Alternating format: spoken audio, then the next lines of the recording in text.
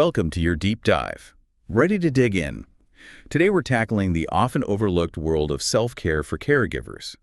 And, our guide for this deep dive is Dr. Warwick Cooper's My Turn to Care. It's like they always say, you can't pour from an empty cup. So true. And Dr. Cooper really drives home the importance of prioritizing your own well-being, especially while you're caring for others. It's not selfish at all. In fact, it's essential to being the best possible caregiver you can be. Okay, so let's unpack this a bit. Yeah. The chapter we're focusing on today starts with a really powerful analogy. Imagine you're on a plane, right? And those oxygen masks suddenly drop down. What's the very first rule? Secure your own mask before you help others, right? Exactly. And Dr. Cooper says it's the exact same approach we need to take with caregiving. It all starts by acknowledging your own emotions and your own needs, first and foremost. He makes a point of saying that understanding your emotions, like really understanding them, is crucial for building empathy, which is fascinating when you think about it. It's like acknowledging our own feelings helps us become so much more in tune with what the person we're caring for is feeling. He even says it can help prevent burnout, which is huge GE for caregivers. Did you know the average burnout rate for social workers is less than 5 years? Wow, that's a staggering statistic. And it really underscores why Dr. Cooper puts so much emphasis on building resilience. And just to be clear, he's not talking about being superhuman, but about practical strategies to really help you handle those tough emotional challenges that are just, part and parcel of caregiving. And he gives 11 techniques for building resilience. And this isn't just for professional caregivers either. These techniques can be used by anyone who wants to kind of navigate the roller coaster of life with more grace, I guess. Absolutely. And what I find really refreshing is how he brings these concepts to life with real stories. Remember that story about his son-in-law who always answers, "I'm grateful," when asked how he's doing? Oh, I love that. What a simple yet really profound reminder that even when things are tough, there's always something to be grateful for. And that little shift in perspective can make all the difference. Speaking of shifting perspectives, Dr. Cooper tackles some of those common myths about emotions, like the idea that emotions equal weaknesses or that we can just decide how we want to feel, flip a switch and bam, happiness. Right. But Dr. Cooper reminds us that emotions are neither good nor bad. They're really just signals. They give us valuable information about ourselves and what we're going through. He actually compares ignoring our emotions to ignoring a flashing red light on your car's dashboard. You can hope it magically goes away, but Eventually you'll have to deal with the consequences. It's so true. He says suppressing how we feel can actually be, really bad for us. Oh, absolutely. And, he even goes into how, our culture and how we were raised can sometimes make us think we need to bottle up our feelings. Yeah, totally. It's like big boys don't cry or don't be so dramatic kind of thing. Exactly. And that can lead to, more stress, more anxiety, could even cause physical problems later on. And don't forget the impact it has on relationships. Oh, for sure. He really emphasizes how important communication is, being able to talk about how we feel, but in a healthy way. That's key for building trust and feeling connected. Absolutely. And Dr. Cooper gives some pretty practical advice on how to do that, like journaling and practicing mindfulness. Have you tried that? I have. It can really help you become more aware of those underlying emotions, Yeah. And of course, talking to people you trust, that's a big one. It really is about building that support network, right? And about that, Dr. Cooper makes a really interesting point about blame. You know how sometimes we say, "You're making me angry"? Oh, yeah, all the time. Yeah. But he says that's not exactly accurate, is it? Not quite. He says that anger is our choice. It's our reaction. It's about really owning our feelings and recognizing we actually have a choice in how we respond to things. I like how we put so much emphasis on taking responsibility for ourselves. It's so easy to blame someone else, but that doesn't usually get us very far. Exactly. And, sometimes taking responsibility means choosing to respond with compassion, both for ourselves and the other people. And that reminds me, Dr. Cooper tells this really interesting story about when he lived in Jordan and he was with a male friend. And after church, the friend kissed him. He was really taken aback at first. My bet. But then his host explained that, well, it was just a normal cultural greeting. It's a good reminder, I guess, that what one culture thinks is strange, another thinks is totally normal. Yeah. He also talks about how going to a Greek Orthodox funeral, even if you didn't know the person who died, can be a really powerful experience of shared grief, It's interesting how much those cultural norms can really shape our emotions and how we behave. It makes you realize there are a lot of different ways to feel and express those feelings. Right. And it's like, remember those Eskimos that have a bunch of different words for snow? Dr. Cooper uses that example, and how English only has one word for love, and how that limits us in understanding that emotion. It really makes you wonder what other little things we might be missing, and how if we had more emotional words, maybe we could understand ourselves and our relationships better. Absolutely. And speaking of understanding ourselves, Dr. Cooper wants us to really look at how our past experiences, shape our emotional responses now. Because everything we've experienced, good and bad, it becomes a part of who we are and how we see the world, right? Exactly. And he thinks understanding this is key to moving forward with more self-awareness. He gives an example from his own life about growing up in a home where people didn't talk about their feelings.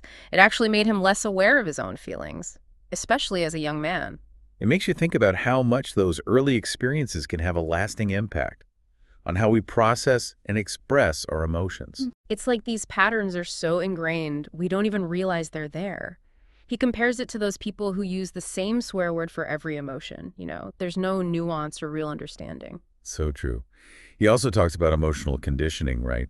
How, if we have positive or negative experiences, they can, create associations that influence our reactions later on in life. Exactly. Like if you grew up with a really great supportive church community, as an adult, you might naturally look for that again. But if you had bad experiences, you'd probably be afraid to go back, or avoid those kinds of places. It's kind of wild how our past can have such a strong effect on our present.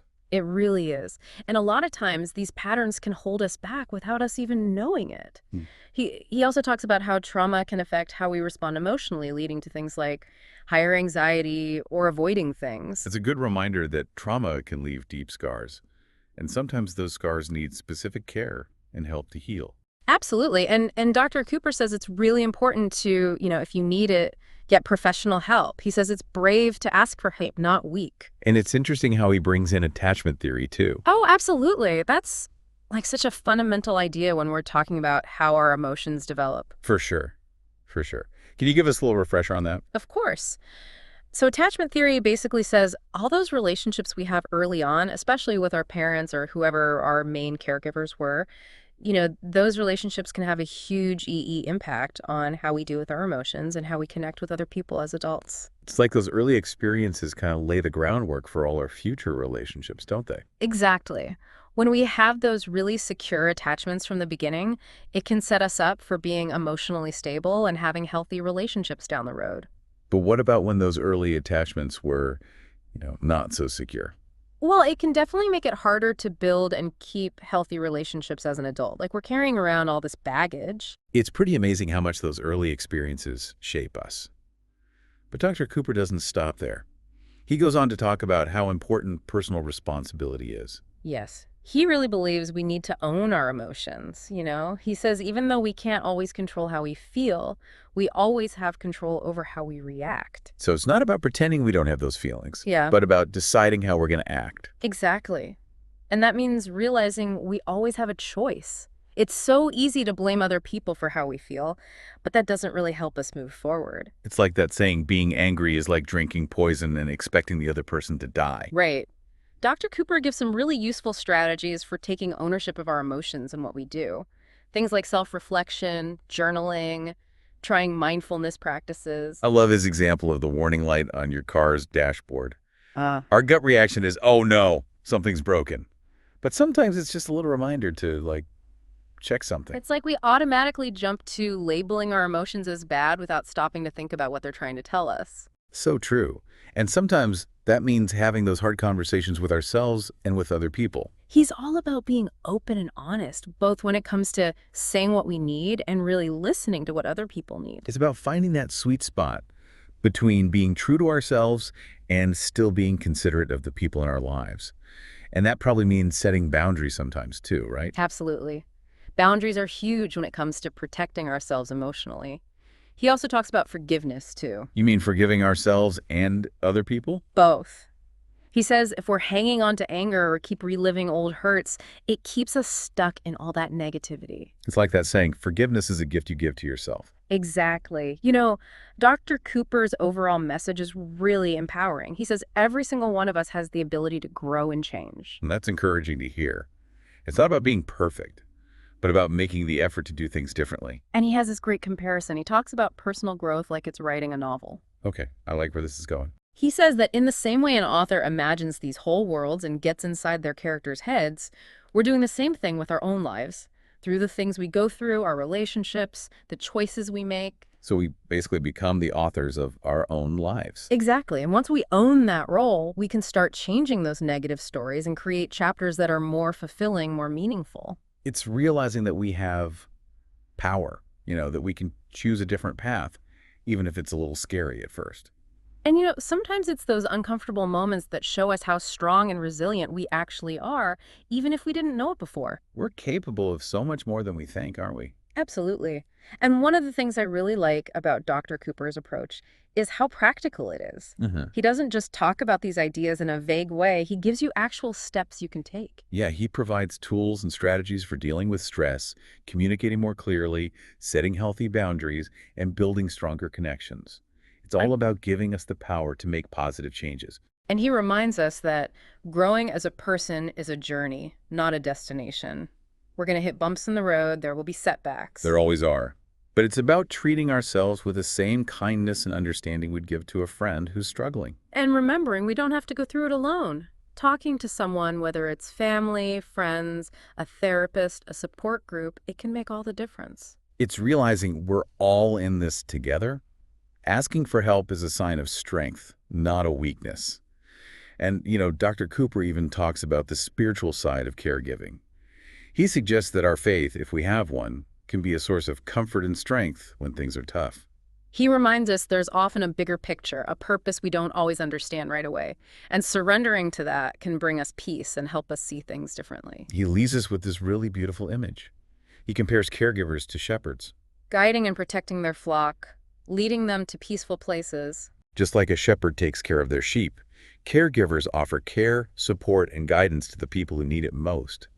It's a powerful way to describe the impact we can have when we approach others with compassion and empathy. It's a beautiful reminder that even though caregiving can be hard, it's also deeply rewarding. So as you continue on your own journey as a caregiver, remember to show yourself the same kindness and grace you give so freely to others. And never underestimate how important taking care of yourself is. It's not selfish, it's essential. Thanks for taking this deep dive with us today. We'll catch you next time for another insightful exploration.